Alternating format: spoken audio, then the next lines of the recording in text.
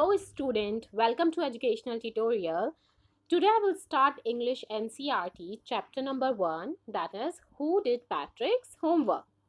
जैसे कि हम सभी को स्कूल से होमवर्क मिलता है और उनमें से कुछ ही बच्चे होते हैं जिनको होमवर्क शायद घर पे जाके करना अच्छा लगता हो या इंटरेस्ट आता हो, बट बहुत से ऐसे बच्चे जिनको शायद घर पे जाके होमवर्क करना बिल्कुल पसंद ना हो। वो चाहते हैं स्कूल का काम स्कूल में ख़त्म हो जाए और जब हम घर जाएं तो पूरा टाइम बस मुझे मेरा फेवरेट गेम खेलने को मिले, चाहे वो हॉकी हो, चाहे वो बैडमिंटन हो, चाहे वो बैट बॉल हो, चाहे वो वीडियो गेम्स ही क्यों ना हो।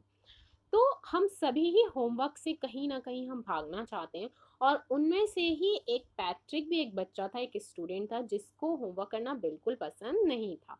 तो इस चैप्टर में हम पैट्रिक्स के बारे में ही पढ़ेंगे कि वो किस तरीके से अपना होमवर्क जो है वो कंप्लीट करता है, कौन उसकी हेल्प करता है। तो इस चैप्टर में हम देखते हैं कि क्या ऐसा मैजिकल पैट्रिक्स के पास आता है कि उसकी हेल्प से वो होमवर्क कर पाता है। रियल लाइफ में तो हमारे पास डोरेमोन है नहीं कि हमारा होमवर्क कोई कर सकता है। हाँ, कभी कभी ऐसा होता है कि हमारी मम्मी जो होती हैं वो कर देती हैं लास्ट टाइम जब असाइनमेंट सबमिट कराना हो, या सिस्टर ब्रदर में से कोई ना कोई हेल्प कर देता है। देखते हैं पैट्रिक्स को किसने हेल्प करी थी। So let's start. मैं एक पैराग्राफ पढ़ूंगी फिर उसके बाद एक्सप्लेन करूंगी। So first paragraph, I will start first paragraph. So let's start. Patrick never did homework. Too boring, he said. He played hockey and basketball and Nintendo instead. His teachers told him, Patrick, do your homework or you would not learn a thing. And it is true. Sometimes he did feel like an ignoramus. But what could he do? He hated homework. Patrick कभी भी homework करना पसंद उसको तो था ही नहीं, तो वो कभी नहीं करता था अपना होमवर्क। वो कहता था कि होमवर्क एक बहुत ही बोरिंग चीज़ है। वो हमेशा हॉकी खेलना पसंद करता था, तो वो हॉकी खेलता था बजाय कि वो होमवर्क करे। बास्केटबॉल, निंटेंडो एक वीडियो गेम होता है, वो खेलना उसको पसंद था। और उसकी टीचर हमेशा कहा करती थी कि अपना होमवर्क जो है वो किया करो, नहीं तो तुम कुछ भी नहीं सीख पाओगे। और ये सच भी है, अगर हम होमवर्क ना करें तो क्या हम जो सब्जेक्ट पढ़ रहे हैं उसके बारे में कुछ समझ में आ सकता है? नहीं। अगर हम उस चीज़ को घर पे आके रिपीट करते हैं, हम पढ़ते हैं, तो उस सब्जेक्ट को और भी अच्छे से कर पाते हैं। इसलिए होमवर्क हमेशा घर पे आके करना चाहिए ताकि आपको बेटर अंडरस्टैंडिंग मिल सके उस टॉपिक के बारे में और उस सब्जेक्ट के बारे में। तो पैट्रिक को लगता भी था कि हाँ ये सही है, क्योंकि कभी कभी पैट्रिक को सारे लोग क्या करते थे, इग्नोर करने लगते थे। इग्नोरमस क्या होता है कि एक ऐसा पर्सन जो कि इग्नोर किया हुआ पर्सन हो, जिसके पास एजुकेशन की कमी होती है, तो हम उसे इग्नोर करके चलते हैं, उसका ध्यान नहीं देते उस बच्चे पे, या उसके बारे में हम बात नहीं करते, उससे हम ज़्यादा इंटरेस्ट नहीं दिखाते हैं। तो वो इग्नोरमस पर्सन कहलाता है। But what could he do? लेकिन वो क्या कर सकता है जब उसको होमवर्क करना पसंद ही नहीं है, तो वो नहीं करता था Patrick homework. Okay, the next paragraph. Then one day he found his cat playing with a little doll and he grabbed it away. To his surprise, it was not a doll at all, but a man of the tiniest size. He had a little wool shirt with old fashioned breeches and a high tall hat, much like a witch's. At all, but a man of the tiniest size. He had a little wool shirt with old fashioned breeches and a high tall hat, much like a witch's. He yelled, Save me, don't give me back to that cat. I will grant you a wish, I promise you that.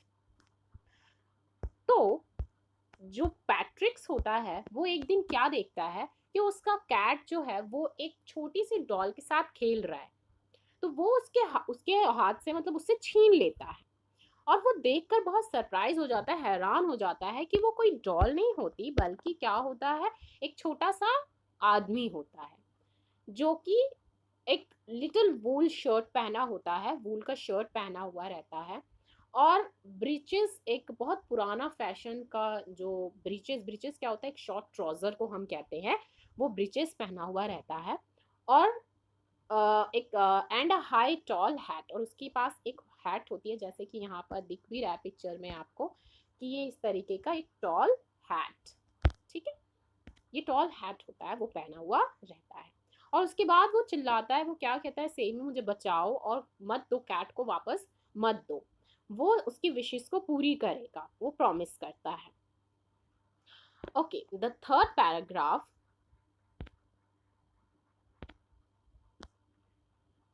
Patrick could not believe how lucky he was. Here was the answer to all of his problems. So he said, only if you do all my homework till the end of the semester, that 35 days, if you do a good enough job, I could even get A's. तो अब Patrick तो भाई उसे believe ही नहीं हो रहा, ठीक है, वो अपने आप को इतना लकी समझ रहा कि ओ माय गॉड, कि मैं कितना लकी हूँ कि मुझे मतलब कोई ऐसा मिल गया जो कह रहा है कि कुछ भी विश करो, मैं तुम्हारी विश, सारी विशेस पूरी करूँगा। तो बस वो कह देता है कि मेरा होमवर्क जो है वो तुम कर दो सेमेस्टर तक, जो मेरा सेमेस्टर एंड होने वाला है, इस सेमेस्टर के एंड तक का जितना भी होमवर्क है वो तुम करोगे, और जो कि 35 ही डेज बच रहे होते हैं। और अगर वो अच्छा काम करेगा तो उसको ए भी मिल सकता है ना, अगर अच्छा होमवर्क अच्छे से करा तो उसको ग्रेड कौन सा, ए ग्रेड मिल सकता है। The fourth paragraph, the little man's face wrinkled like a dishcloth torn in the hamper. He kicked his legs and doubled his fists, and he grimaced and scowled and pursed his lips. Oh, am I cursed? But I will do it. अब यहाँ पर जो little man है उसके face wrinkle हो गए, कैसे, जैसे हम कपड़े धोने को रखते हैं ना, तो कैसे कपड़ा सब ऐसे रिंकल सा बन जाता है, धोने वाले कपड़े अगर मशीन में हम रखते हैं तो कैसे किसी एक बॉक्स में रख दे कपड़े को तो मुड़कर कैसे रिंकल बन जाता है, वैसे उसका फेस का रिंकल बन गया। और वो अपना जो लेग है वो किक करता है, और डबल हिज फिस्ट, फीस्ट क्या होता है, मुट्ठी, जिससे ना मुट्ठी बना देना, मुट्ठी बनाना, हाथ से हम जो मुट्ठी बनाते हैं वो।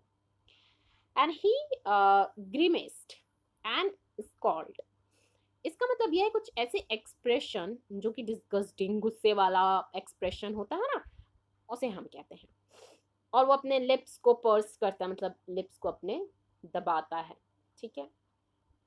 ओह एम आई कर्स्ड, कि वो तो गया काम से, जैसे होता है ना, कर्स्ड मतलब मैं तो गया। लेकिन क्या करता है, आई विल डू इट, वो कह देता है कि ठीक है, मैं जो है वो तुम्हारा काम कर दूंगा। The fifth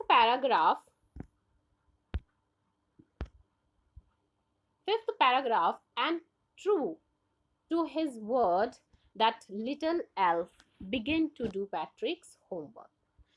Except there was one glitch. The elf didn't always know what to do, and he needed help. Help me, he had said, and Patrick would have to help in whatever way. अब क्योंकि यहाँ पर यही कह रहा है कि अपनी वो बात पे रहा, जो एल्फ था, वो एक जो मैन था उसका नाम एल्फ रखा गया था, एल्फ था, और उसने शुरू कर दिया पैट्रिक का होमवर्क करना। Except there was one glitch, मतलब कि उसके पास एक ग्लिच था, मतलब ग्लिच मतलब क्या, कोई ऐसी चीज़ जो काम करने से रोकती है आपको, मतलब ऐसा फॉल्ट, एक मशीन के अंदर एक ऐसा फॉल्ट हो जाना जो काम ना कर सके, ठीक है, जिससे वो काम ही नहीं कर पाए। जैसे अगर कोई मशीन है और अगर मशीन का कोई पुर्जा ख़राब हो जाए तो वो मशीन चल नहीं पाएगी। कपड़े धोने वाली मशीन में अगर मशीन का कोई भी एक पुर्जा ख़राब हो जाए तो मशीन कपड़ा नहीं धो पाएगी, ठीक है, तो ग्लिच मतलब वही होता है। तो एल्फ क्या कहता है कि उसको तो कुछ समझ में नहीं आता, ना ही वो कुछ जानता है, लेकिन हर वक्त उसको हेल्प की ज़रूरत होती है, तो वो हर वक्त कहता रहता है हेल्प करो हेल्प करो। और जो पैट्रिक होता है वो हर एक तरीके से, जो एल्फ है उसकी हेल्प करता है होमवर्क कंप्लीट करने में। I don't know this word, the elf squeaked while reading Patrick's homework. जब भी पैट्रिक का होमवर्क कर रहा होता है एल्फ, तो वो हमेशा चिल्लाता है और कहता है कि मुझे ये वर्ड समझ में नहीं आया, मुझे वो वर्ड समझ में नहीं आया, get me a dictionary, no what's even better, look up the word and sound it out by each letter.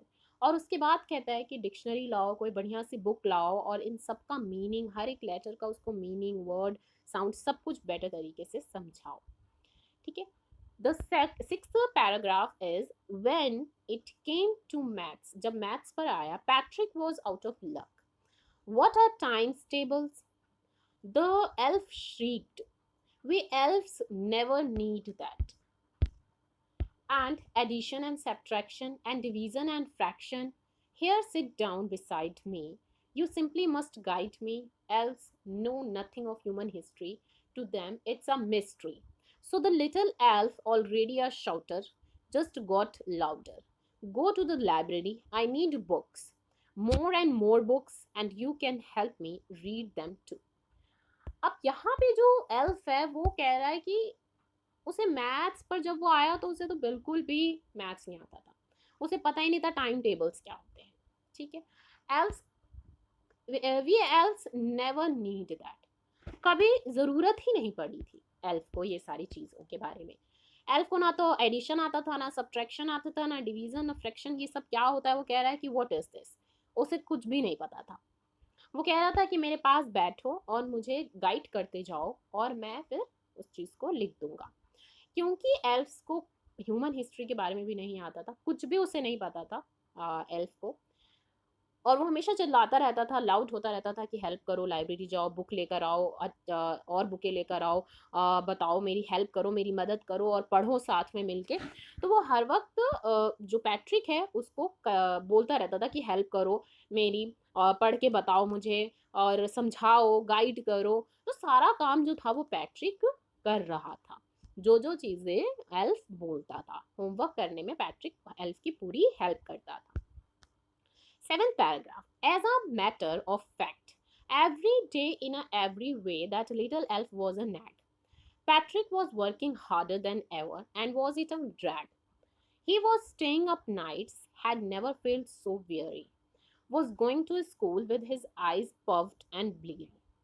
तो अब यहाँ पर क्या हुआ कि हर रोज़ हर वक्त जो लिटिल एल्फ था वो उसे परेशान ही करता रहता था हमेशा, हर वक्त कंप्लेन कर कर के, उससे पूछ पूछ के, ठीक है। पैट्रिक को दिन रात जगा देता था और पैट्रिक हार्ड वर्क करने लग गया, ठीक है। रातों को वो जग जाता था और फिर सुबह जब स्कूल जाता था तो उसकी आंखें सूजी हुई रहती थी, ठीक है। ऐसी आंखें लेकर वो जाता था स्कूल में। Eighth paragraph. Finally, the last day of school arrived and the elf was free to go. As for homework, there was no more, so he quietly and slyly slipped out the back door. तो क्या हुआ कि last day जब हुआ तो school वो पहुंचा और इस दिन अब उसको होमवर्क जो था वो चेक करवाना था। Elf was free to go, अब वो फ्री था एल्फ कि वो जा सकता है क्योंकि अब सेमेस्टर का लास्ट डे हो चुका है और कोई भी अब होमवर्क नहीं बच रहा था।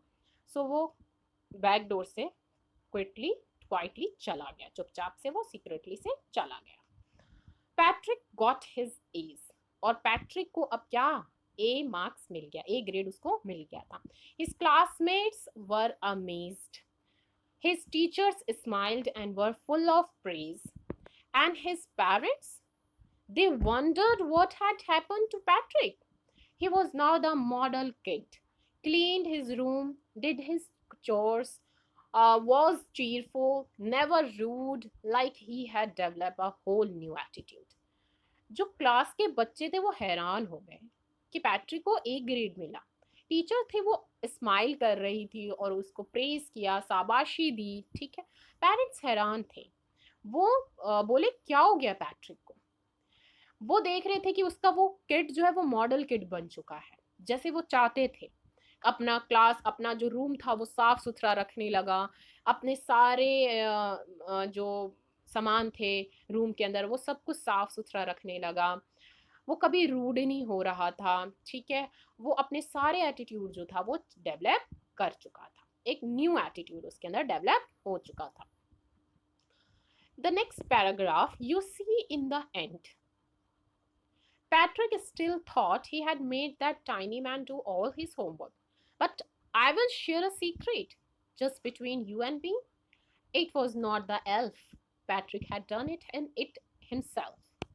बिल्कुल, इसके अंदर ये है कि एट लास्ट जो राइटर है वो कह रहा है कि एक सीक्रेट मैं तुम्हें बताता हूँ कि लिखा कि एट द एंड कि पैट्रिक जो है ये सोच रहा था कि उसने उसका जो होमवर्क है वो एक टाइनी मैन ने किया, बट एक्चुअल में उसने खुद ही पैट्रिक ने ये होमवर्क किया, क्योंकि एल्फ को तो कुछ आता ही नहीं था, वो इस वर्ल्ड के बारे में तो कुछ जानता ही नहीं था, वो लिखना राइटिंग या फिर उसको पढ़ना रीडिंग करना नहीं आता था, वो इंग्लिश मैथ्स ह्यूमन हिस्ट्री किसी भी चीज़ के बारे में उसे कोई भी नॉलेज नहीं थी।